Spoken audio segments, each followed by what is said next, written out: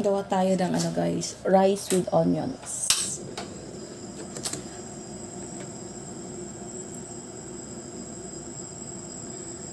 Cover lang natin tong puwet ng lutuan natin. Cover ng mantika.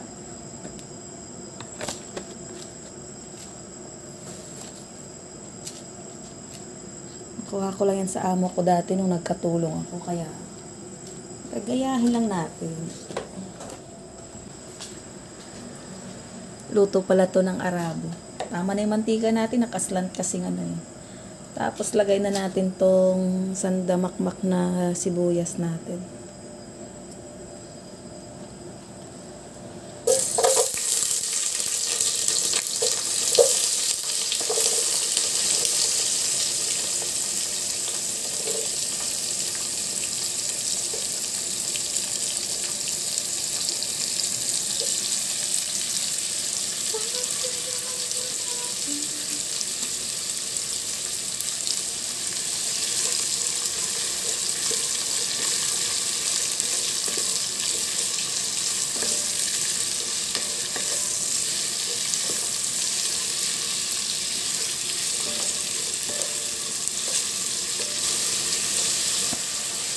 Wala ka namang allergic sa sibuyas, ano?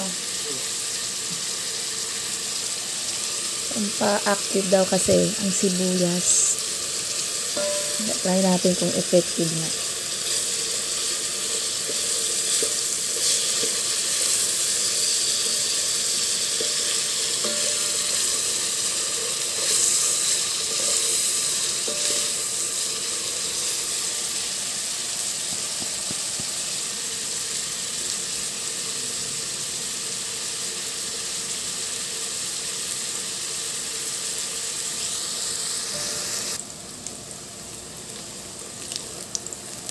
Kunting brown pa para mas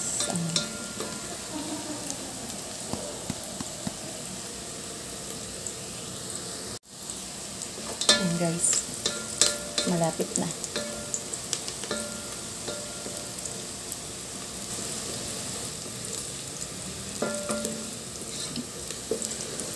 Dapat maganda pagpantay-matay yung hiwa. Kutsilyo ko kasing talas eh.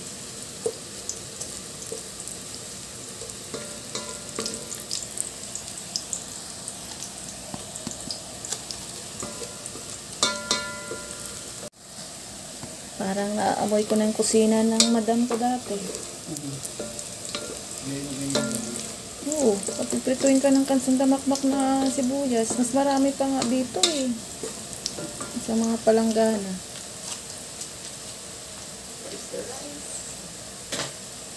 Tsaka, lagay na natin yung inugasan nating bigas. Halo muna natin ba masunog.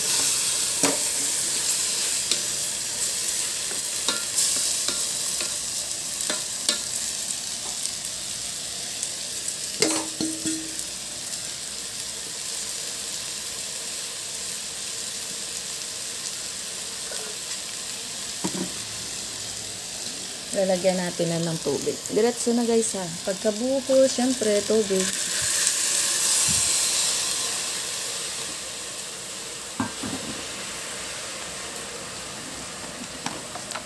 Isasain mo lang siya ng ano, normal way. Regular na saing lang ba?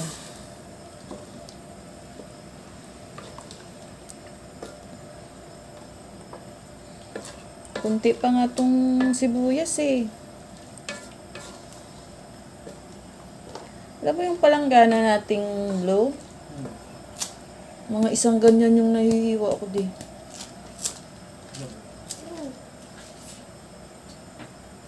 Mura ba ang ano? Oh, eh siyempre sa pagkain na yan, dagdagan natin ng tubig guys.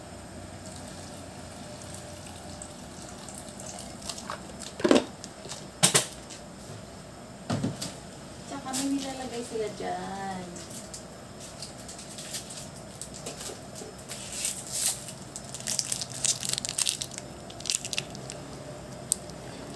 Parang kanin na tsaka ulam. Lagyan mo ng chicken cubes, guys. Gamit ng amo ko dati, chicken cubes lang eh, or vegetable cubes. Sabi naman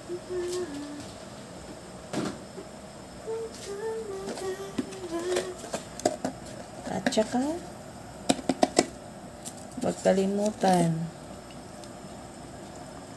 konting asin. Parang templadong kanin ako. Templadong kanin ang kalalabasan.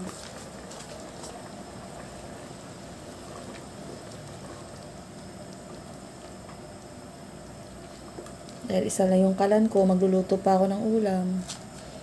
Kaya dito ko inano na sa rice cooker.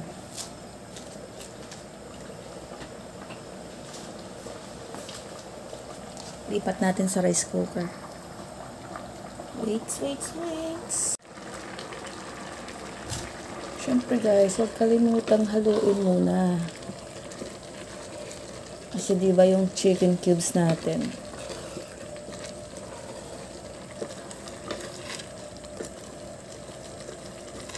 Hindi nakatumpok yung chicken cubes natin.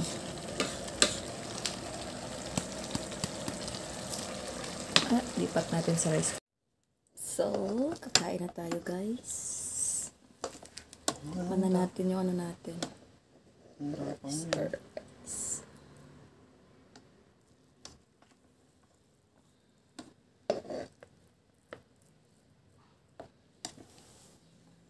Parang fried rice lang siya. Kasi may mantika eh. Yan na po.